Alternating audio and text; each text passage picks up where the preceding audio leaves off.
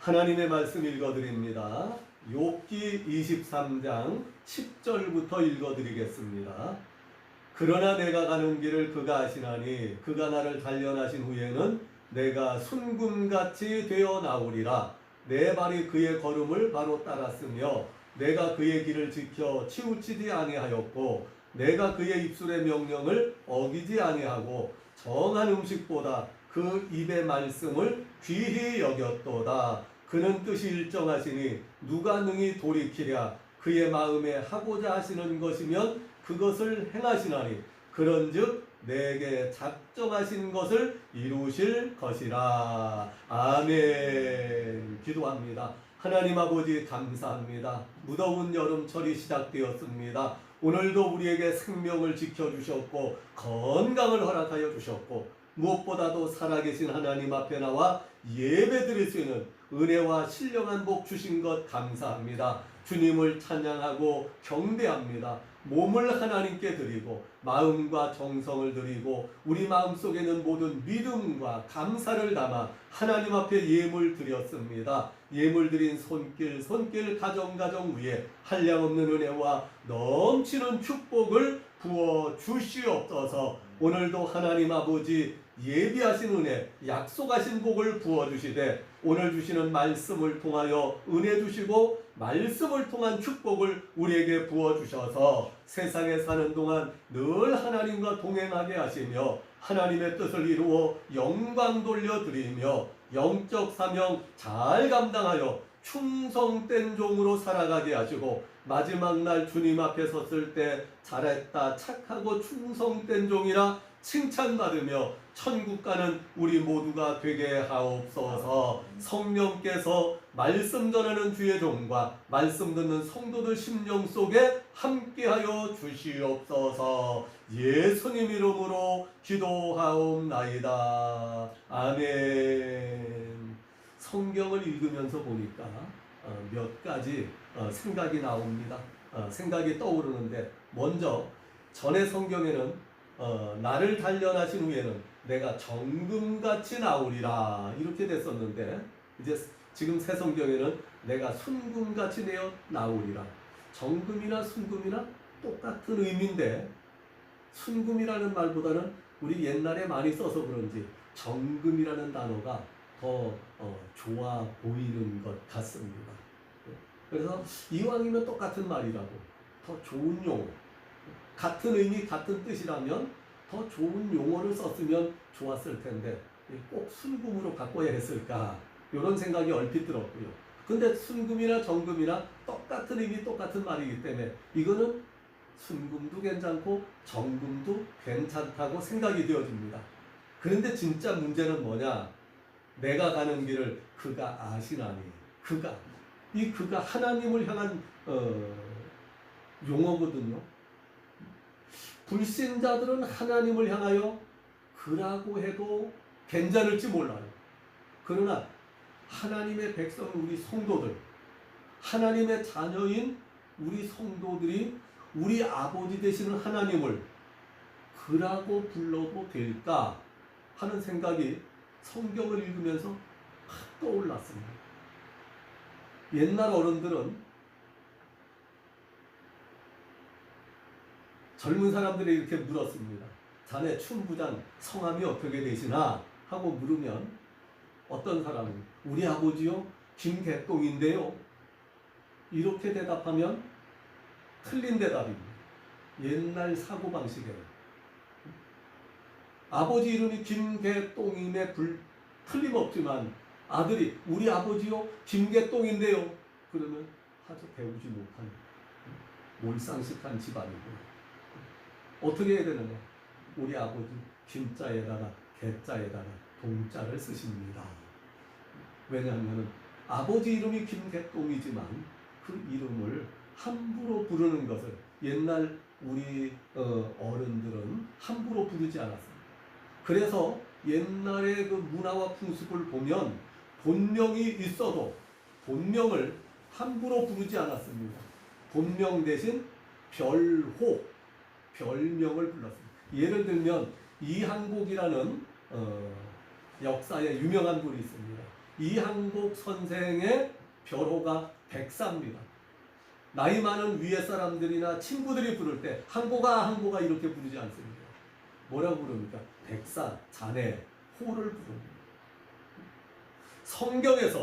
성경에서 하나님의 본명을 우리는 여호와라고 알고 있습니다. 기도할 때도 여호와라고 부르고 찬송할 때도 여호와라고 부르는데 실제로 성경 안에서 하나님의 본명이 무엇인지 정확하게 아는 사람은 이 세상에 아무도 없습니다. 실제로 여호와인지 야호와인지 예호와인지 예호반지 아무도 몰라요. 왜냐하면 성경에 여호와라는 자음 단어 4글자만 써 있고요. 모음이 없기 때문입니다. 그래서 지금도 전 세계 어느 누구도 하나님의 본명, 우리는 여호와라고 읽고 있는 그 본명이 정확하게 어떤 발음인지 아는 사람이 아무도 없습니다. 그러면 이스라엘 사람들에게 가서 물어보면 될 것 아니냐? 이스라엘 사람들은 더 모릅니다. 이스라엘 사람들은 수천 년 동안 여호와 하나님을 섬겨왔지만 이스라엘 사람들 대대로 입에 여호와라는 명칭을 올리지를 못합니다.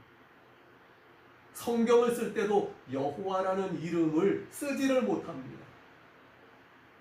그래서 구약성경 사본에 보면 여호와라는 자음, 모음 다 있는 것이 아니고 자음만 4개가 이렇게 있습니다.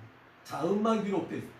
발음을 수천 년 동안 유대인들이 불러보지를 못했고 써보지를 않았기 때문에 여호와라는 용어가 정확하게 어떤 것인지 아는 사람은 아무도 없습니다.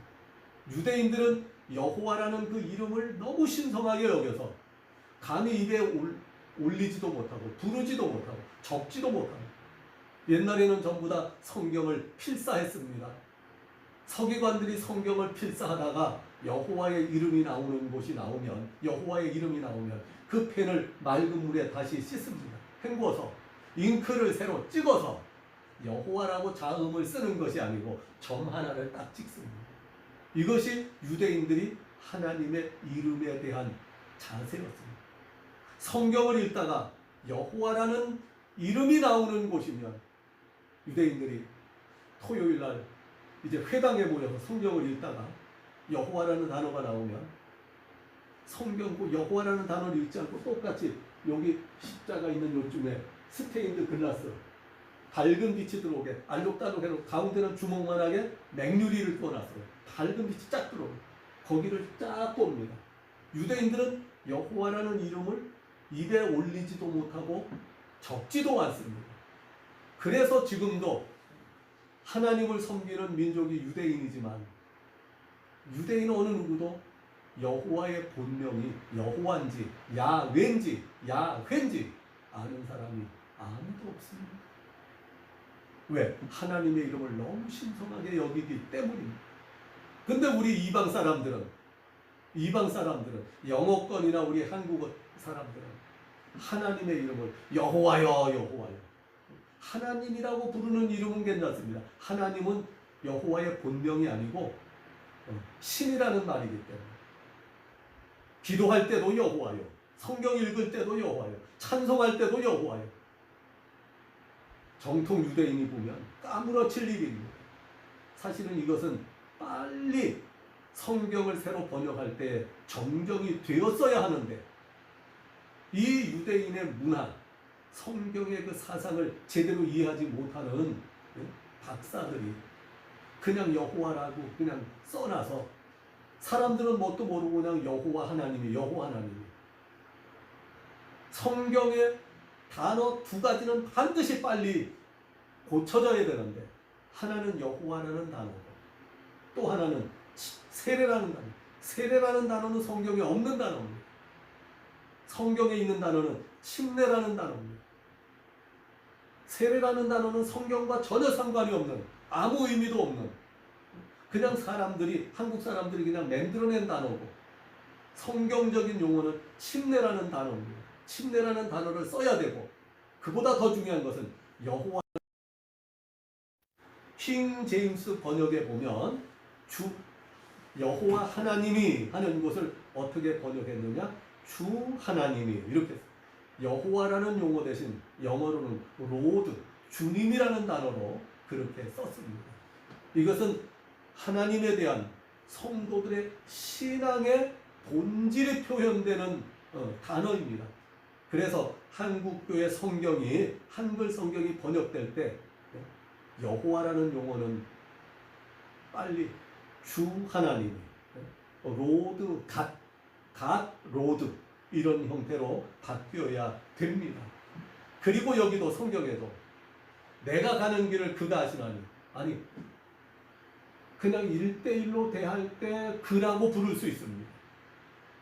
믿지 않는 불신자들이 하나님을 그라고 부르는 것도 우리 입장에서는 참 불편하고 거북한 입장인데, 우리가 하나님의 자녀인 우리가, 하나님의 종인 우리가, 우리의 아버지 되시고 우리의 왕이 되시는 하나님을, 내가 그의 길을, 그의 생각을, 하나님을 그라고 부를 수 있는 신분이 못 됩니다.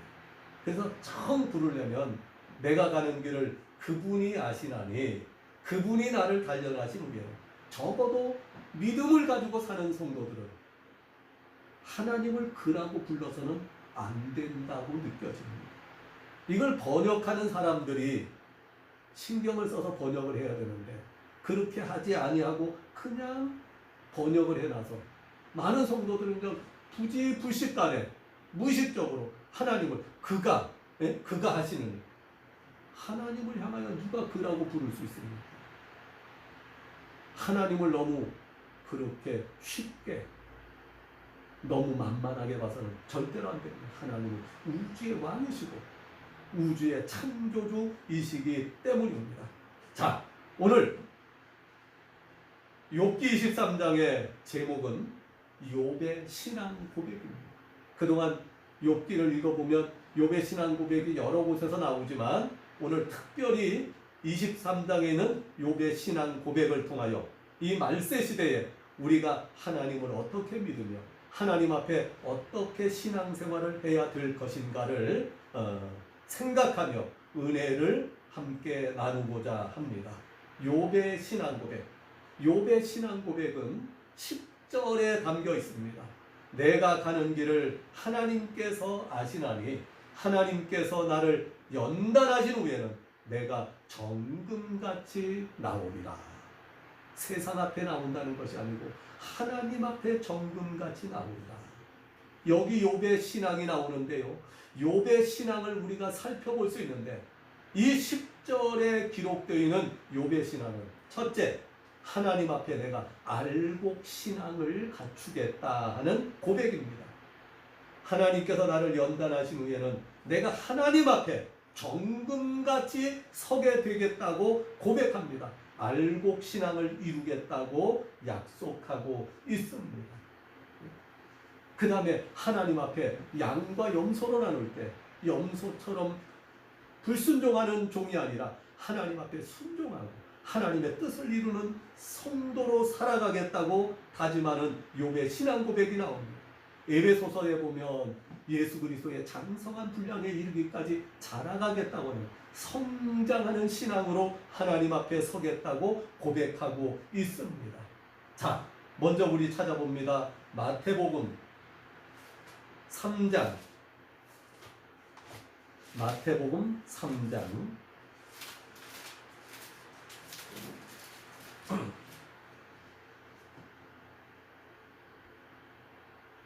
10절입니다. 마태복음 3장 10절.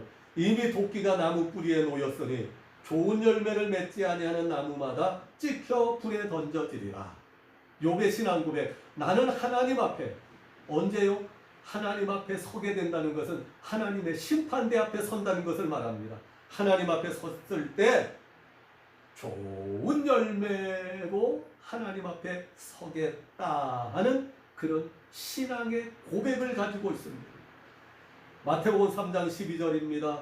하나님께서 손에 키를 들고 자기의 타작마당을 정하게 하사 알곡은 모아 곡간에 들이고 쭉정이는 꺼지지 않는 불에 태우시리라. 하나님 앞에 서는 그날, 심판의 그날, 좋은 열매로, 다시 말하면 알곡신앙으로 주님 앞에 서겠다고 욥은 신앙의 고백을 하고 있습니다. 두 번째, 욥의 신앙은 첫째가 알곡신앙 좋은 열매였고요. 그 다음에 마태복음 25장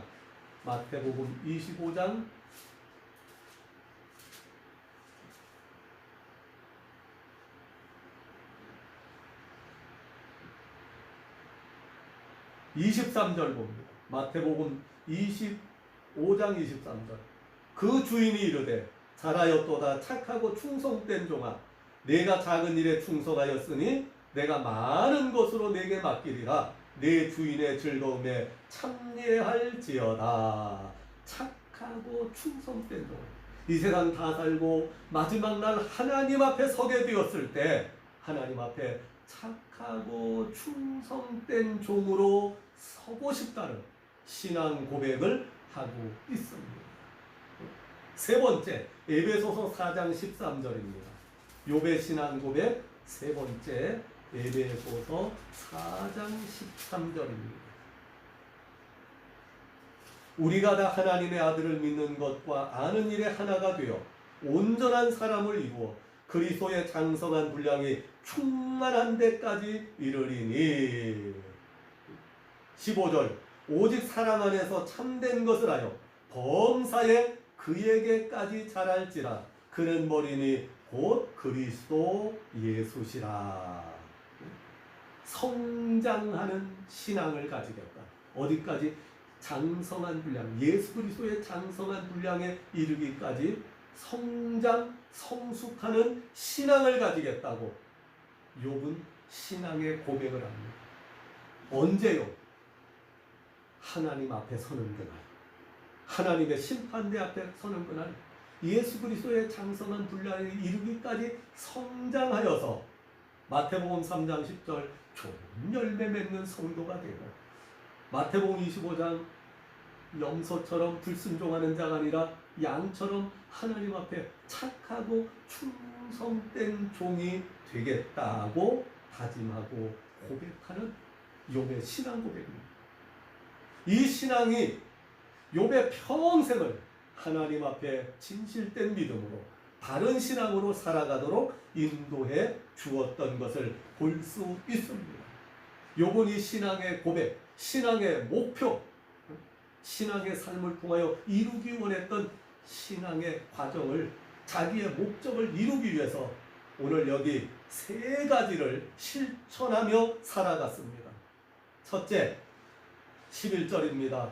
내 발이 그의 걸음을 바로 따랐으며 내가 그분의 길을 지켜 치우치지 아니하였다. 하나님이 원하시는 삶을 살아가려고 평생을 노력했다고 다짐하고 있습니다. 시편 119장 105절입니다. 하나님의 말씀은 내 발의 등이요 내 길의 빛이니이다. 하나님의 말씀이 내 인생의 등불이 되고 내 인생을 삶을 살아가는 데 빛이 되어서 바른 길, 복된 길, 옳은 길 살아가도록 인도해 주십니다. 욥은 언제나 하나님의 말씀을 따라 하나님의 원하시는 길, 생명의 길, 축복의 길을 걸어간다고 고백하고 있습니다. 여호수아 1장 5절 보겠습니다. 여호수아 1장 5절부터 봅니다.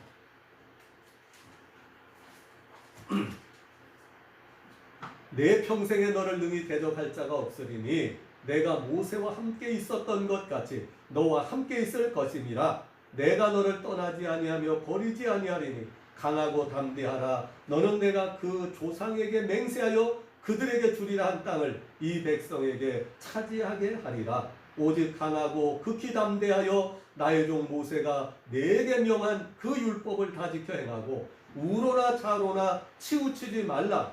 그리하면 어디로 가든지 형통하리니 이 율법책을 내 입에서 떠나지 말게 하며 주야로 그것을 묵상하여 그 안에 기록된 대로 다 지켜 행하라.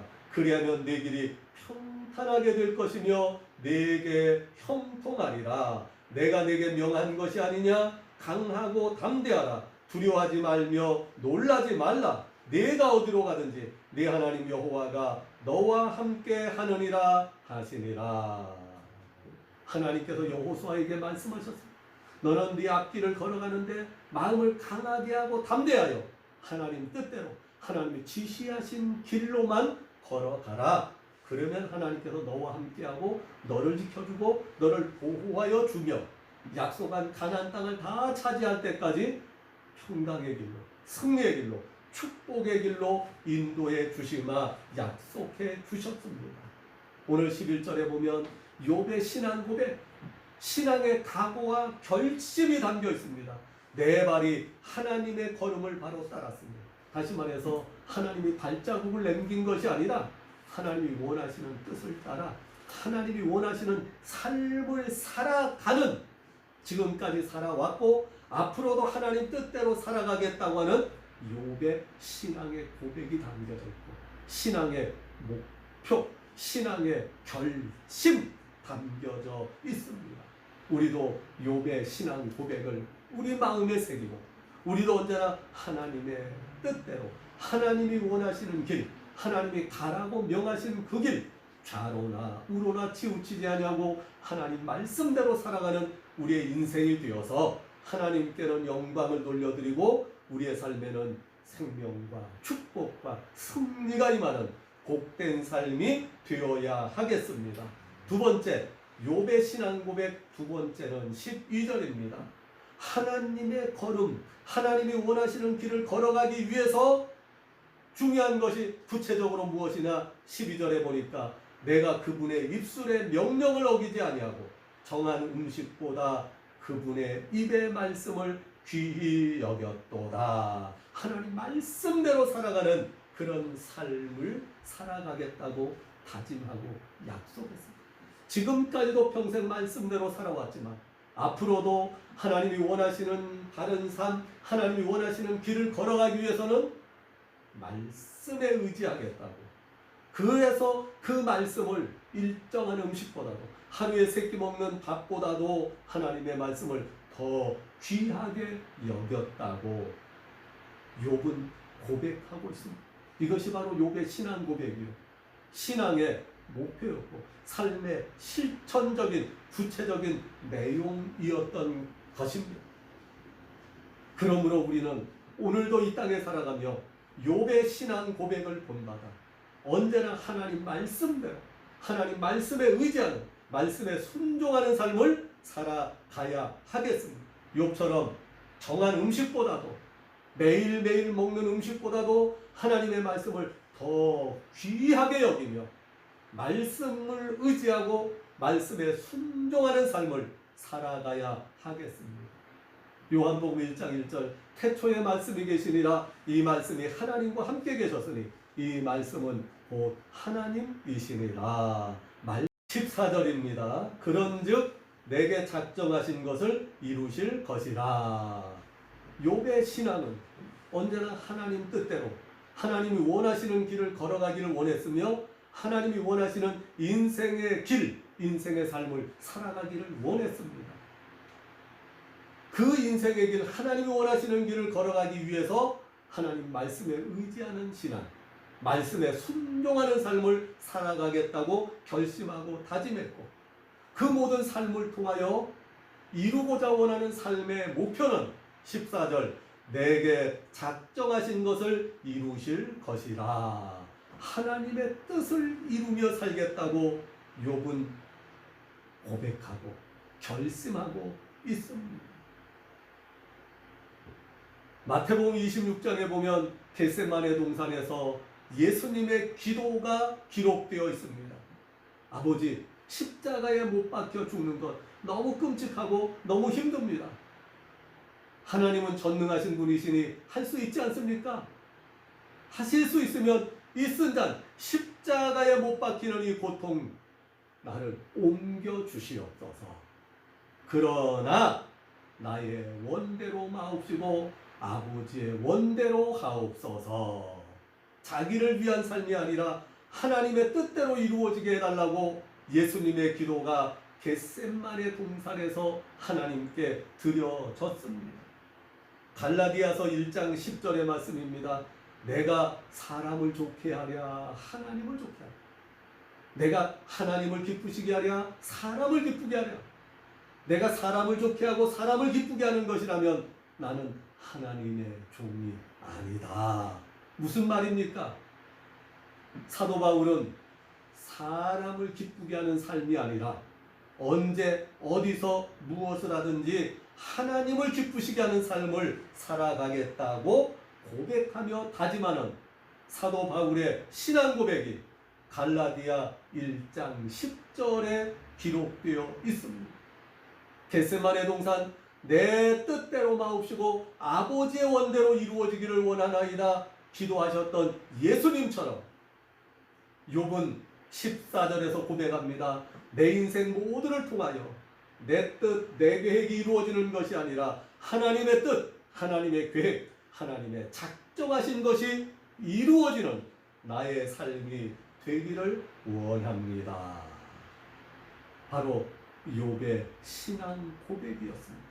이런 마음, 이런 신앙, 이런 중심으로 하나님을 의지하며 살았기 때문에 하나님께서 욥기서 1장과 2장에서 보면 내가 내 종 욥을 유의하여 보았느냐. 저는 순전하고 정직하며 하나님을 경외하며 악에서 떠난 사람이다. 저 같은 사람이 세상에 다시 없다고 하나님께서 인정하시고 공개적으로 축복해 주셨습니다. 오늘 우리도 욥의 신앙 고백을 본받아 우리 마음속에 하나님의 뜻을 이루고자 원하는 삶, 하나님의 영광을 위하여 드려지는 삶을 살아가고자 결심하고 그 신앙 고백을 의지하여 살아가야 되겠습니다. 그러기 위해서 하나님의 말씀을 정한 음식보다 귀하게 여기고 언제나 말씀에 의지하는 신앙, 말씀에 순종하는 신앙으로 하나님의 뜻을 이루는 우리의 남은 생애가 되어야 하겠습니다. 우리 인생의 걸음이나 우리의 삶의 길이 언제나 하나님의 뜻대로 하나님이 원하시는 길, 하나님이 바라시는 삶을 살아가는 우리 성도들이 되어서 욥처럼 하나님께 영광을 돌려드리고 하나님 앞에 큰 복을 받는 축복의 성도님들이 되시기를 예수님의 이름으로 축복합니다.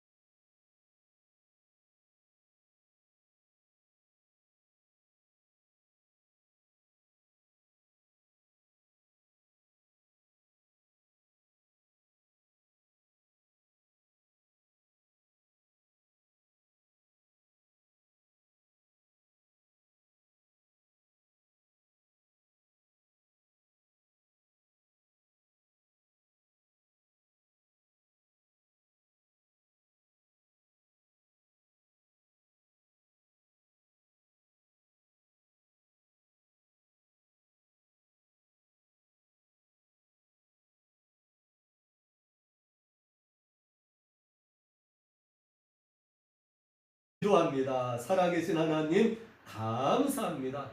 오늘 욥기 23장 10절 이하에서 욥의 신앙 고백이 기록되어졌습니다. 우리도 욥처럼 언제나 하나님의 선하신 뜻이 내 삶을 통하여 내 인생을 통하여 이루어지게 하옵소서. 하나님의 영광을 위한 삶, 하나님을 기쁘시게 하는 삶이 되고자 하는 믿음의 고백으로 살아가게 하옵소서. 그 일을 위하여 언제나 말씀에 의지하는 신앙, 말씀에 순종하는 삶이 되게 하여 주시옵시고, 우리의 남은 인생, 우리의 삶의 모든 길과 걸음이 언제나 하나님의 뜻을 따라 하나님과 동행하는 인생길 삶이 되게 하여 주시옵소서. 예수님 이름으로 기도하옵나이다. 아멘.